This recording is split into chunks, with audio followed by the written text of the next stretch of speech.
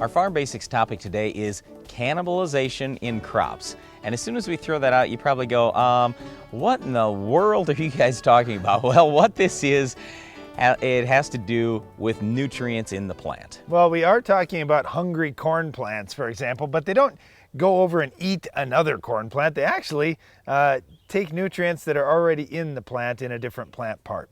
So, for example, let's look at corn. We get to the end of the season and everybody wants to see this great big ear of corn, right? That's success, that's yield, that's how farmers are going to get ultimately paid. Well, what that ear of corn represents is a whole bunch of nutrients. So as the hybrid is trying to finish that corn off and fill those kernels up, it needs lots of nutrients. Where does it find it? From other parts of the plant. So all of a sudden you see the leaves go brown. You see the stalks start to get a little more brittle and brown. That's because that ear of corn is robbing all the nutrients from those areas. This cannibalization occurs not only in corn, but in soybeans and wheat, really in every crop.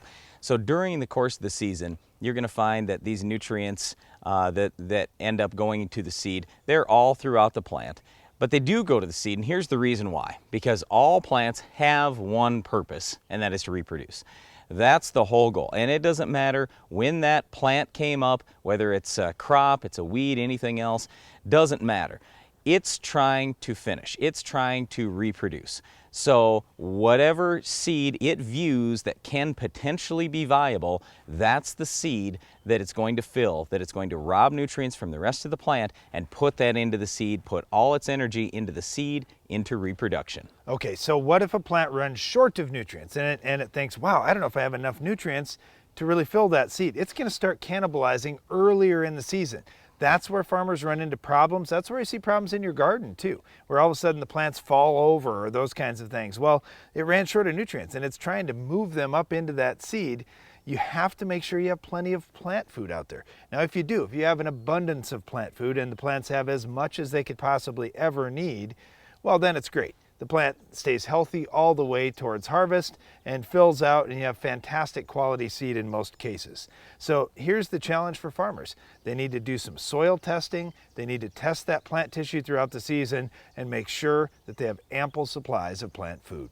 Well, once again, this cannibalization in crops simply means that throughout the course of the year, there are going to be nutrients spread throughout the plant, in the roots and the leaves and the stem, everywhere else.